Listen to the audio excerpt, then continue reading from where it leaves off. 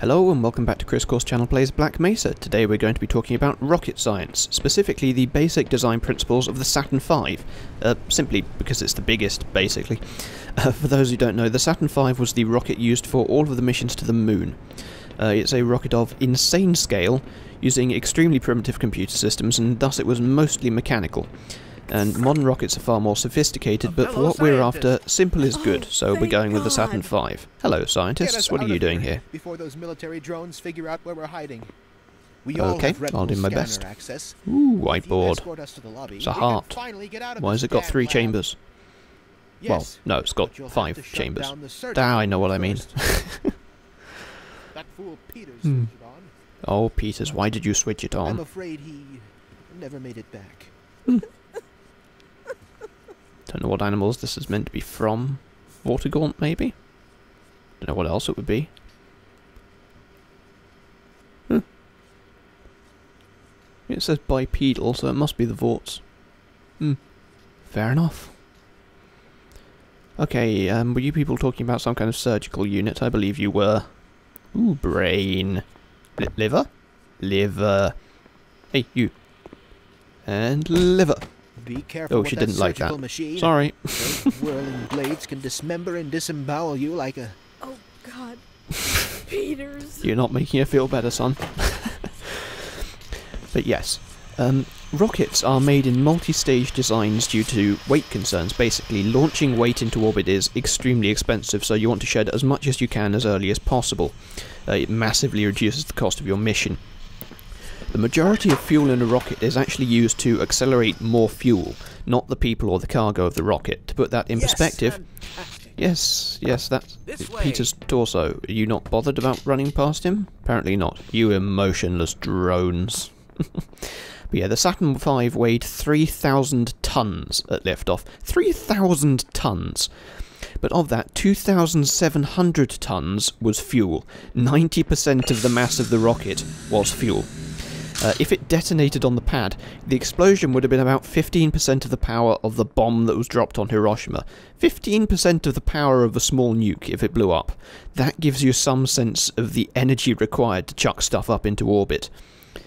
But yes, of that fuel, 80% of it, 2,200 tons, was burned in the first 67 kilometers of flight, about the first 2 to 3 minutes after launch, basically. So 161 seconds, I think, if you want the exact figure.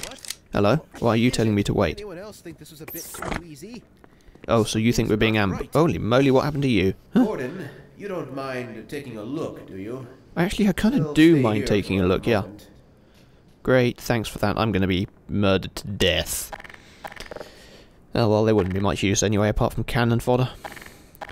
But yeah, the early stages of rocket launch like this are grossly inefficient, just almost entirely due to the vast mass of fuel. I mean, air resistance has something to do with it. Denser atmosphere at lower altitudes means you get more resistance, but it's mostly because you're accelerating 3,000 tons to begin with, and that's a lot of mass. So it burns a huge amount of fuel. I think during the first stage burn, it's about 13 to 14 tons of fuel per second. And yes, I am indeed being ambushed. This makes Freeman sad. Yes, thank you for stating the obvious. That blast door sounds suspiciously wooden when you hammer on it. Anyways, I shall endeavour to keep talking while murdering these people. But yeah, that means every second, though, the rocket gets 14 tons lighter, so you have 14 tons less mass to accelerate in the next second, which is why that builds up very quickly. I think I missed the guy behind that column, that's unfortunate. Yeah, but that effect builds up very quickly and your rocket gets lighter much faster, which means that later on you burn less fuel for the same amount of acceleration, so the beginning is really wasteful, but later on it's quite efficient. This is why rocket payload capacity is really quite valuable, as this effect gets really ridiculous later on. And it eventually reaches the point where, if you want to add 1 kilogram to your payload, you'd have to add 1 ton of fuel to get that 1 kilogram into orbit. So as you can see, it eventually becomes absurdly impractical and expensive to add more mass, which is why rockets are designed to a price-to-payload ratio compromise, effectively. So you get as much mass as you can up there, but as low a cost as possible, and there's a ratio in the middle where it's about worth it. And that's where most rockets these days are aimed at, and why we don't have rockets as big as the Saturn V anymore, because it was not economically viable at all. It was obscenely expensive. I think in modern money it was coming on $50–60 billion, I think, equivalent, the entire lunar program. It was insane, which is why now all the rockets are much smaller. Oh, there are people on the roof, really? Grrr. And, see, this gun can shoot through thin walls, like that. And it's now out of ammo. But yeah, the first stage of the Saturn V put out 34 million newtons of thrust, which is equivalent to 3,400 tons pushing up, effectively. And since the rocket only weighed 3,000 tons, there was a net force upwards, and the rocket accelerates. By the end of the first stage burn, yes, I killed some people. Can't believe what you did. Well, to be fair, you did tell me to go out here and do this. It was kind of your fault. It's hell out there. The facility must be under complete military But yeah, as they said, there's a net acceleration, so the rocket goes upwards, and by the end of the first stage burn, the rest of the rocket's moving at about 2.3 kilometers per second, or 1.4 miles per second.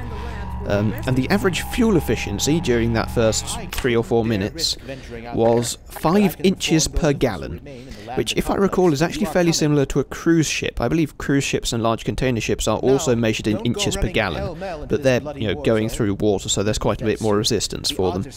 And they're also quite a lot heavier than 3,000 tons. I mean, 3,000 tons is a lot, but it's not a patch on a large sea-going vessel.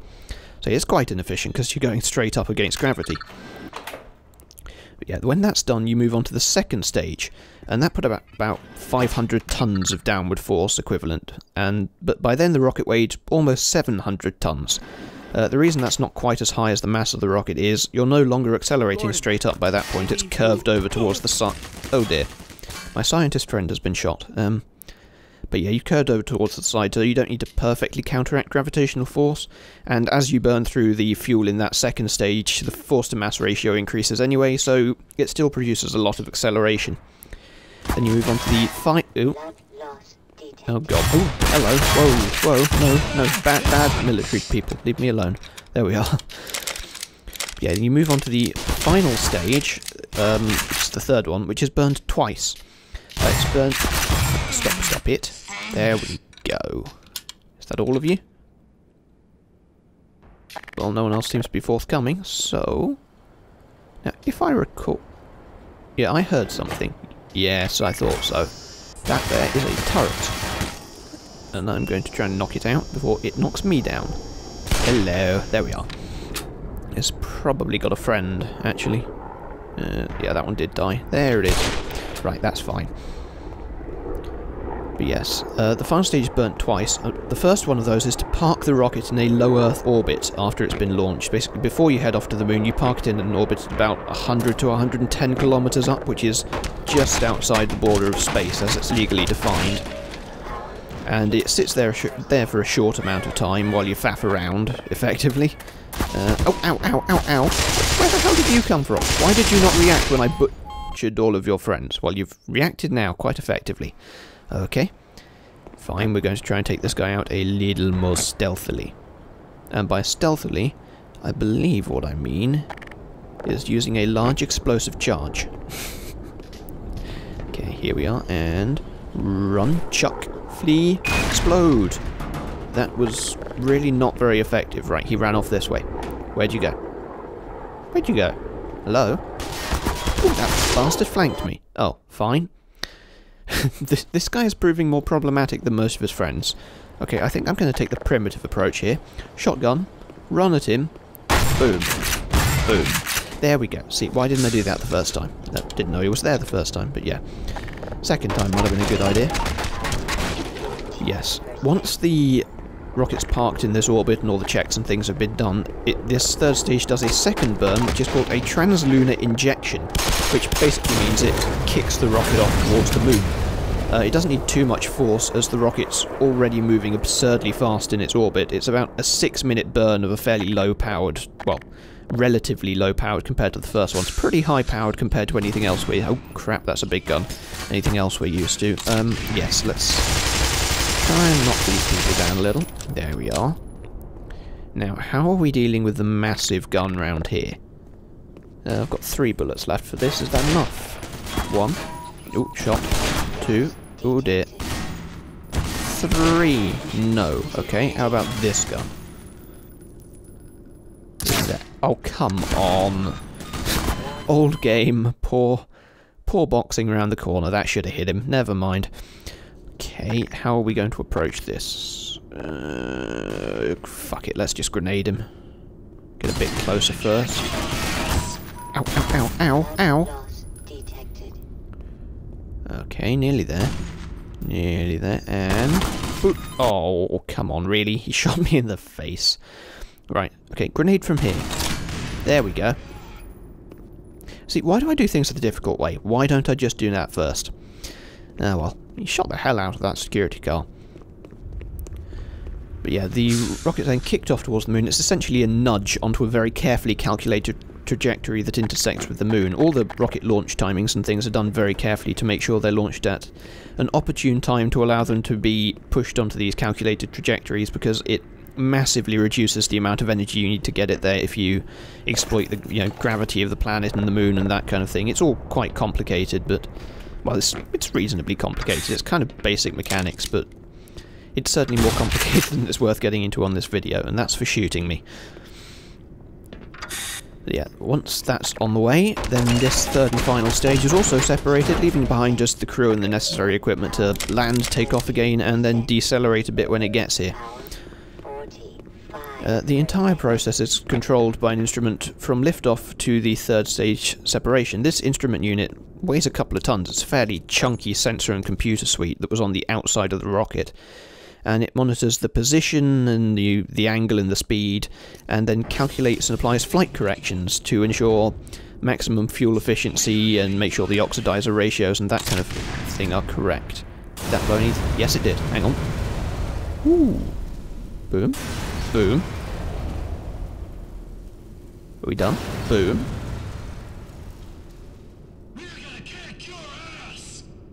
Oh, it's unfortunate it didn't kill them all. Quite an impressive load of explosions. Oh, if I go too far away from that door, it closes itself. Okay. Oh, he's up there. No, no, no. No shooting me for you. No shooting me for you. There we are. Anyone else? Yep, there's a guy over there. That... Holy moly, that nearly took my head off. There we are. Short control bursts. There we go, that guy's down. Anybody else? Oh, hello. Okay, I think that's all of them. Hope that's all of them. Doing alright for health, actually. Suit power's a bit crappy. Okay, yeah, we're fine. Right, up here with us. Oh, hello. See, if you hadn't said do it there, I wouldn't have known you were there, but you did. Natural selection at work, ladies and gentlemen. Yeah, it's a phenomenally complex job, actually, this instrument ring did. Performed by a really complex measuring suite and an extremely crappy computer. By modern standards, it was massively underpowered, but it didn't have to ask around with huge operating systems and that kind of thing like we do on normal computers. Windows 7 and Windows 8 and that kind of thing are huge because they have so many potential functions to perform. So they need to have a lot of base code behind them so that you can program everything you need to do on them. With this, it was very much a custom-designed computer, and all the software was very efficient for what it was required to do, which is why they could do some really quite complex calculations with very little power. How much lead time do I need? A bit more lead time than that. Okay, a bit less lead time than that. Okay, come on, poke your head out. How about there? Nope. Okay, I'm going to give up on that. Sniper rifle not very useful when your bullet is actually a dart travelling really slowly. Okay, this place looks a little ominous. I don't approve. But yes, rockets are a really important technology, although moon rockets less so. Hello guys. 2 down. 3 down. 4 down. I like this gun. Yeah, moon rockets less so, but our satellite network is entirely rocket launched, and it's integral to communications, navigation, weather warnings, and God knows how many other things.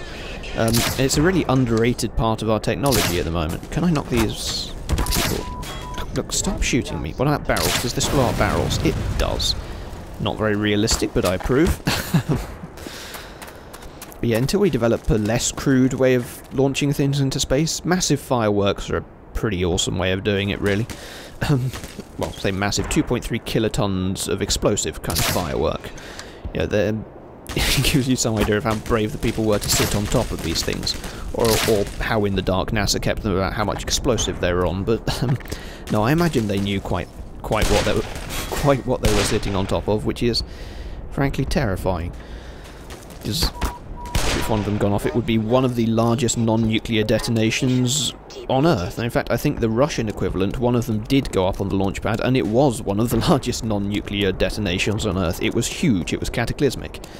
So yeah, you have to be really careful with these things and kind of hope they go right, which fortunately the American versions did. But yes, that is all I'm going to say for now, and I think this reasonably safe looking room is a great place to stop before I go onto that nasty looking dam over there. So thank you very much for watching, I hope to see you next time, and farewell.